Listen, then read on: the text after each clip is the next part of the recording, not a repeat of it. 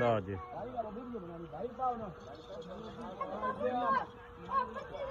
सफदर दी माजो जी सफदर नो पिछले बने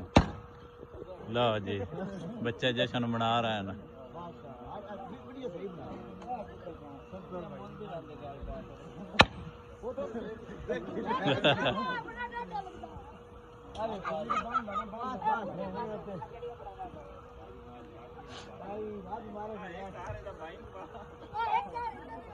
सफदर न कोई ना पाना हुण फुल कोई ना पकाने उत्ते अगो ठेस्ता जी माशाअल्लाह 13 किलो मेरे ख्याल में जितना भी किसान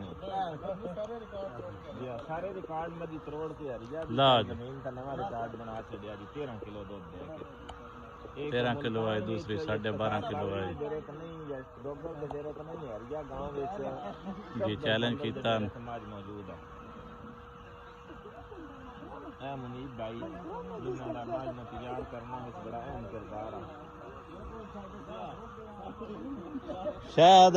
सटना किदे लै जाने नहीं उत्ते ना अगर खुले पका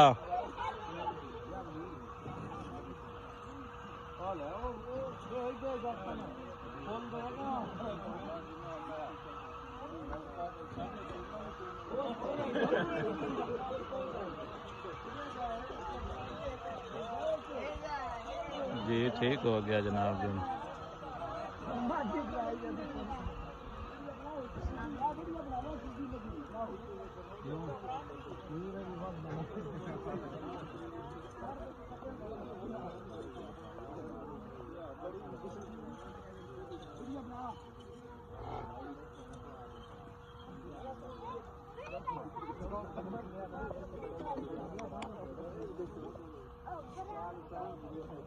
चौदह घंटे बाद जी चोई ना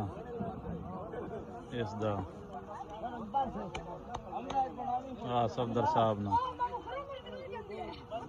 सफदर साहब ना जी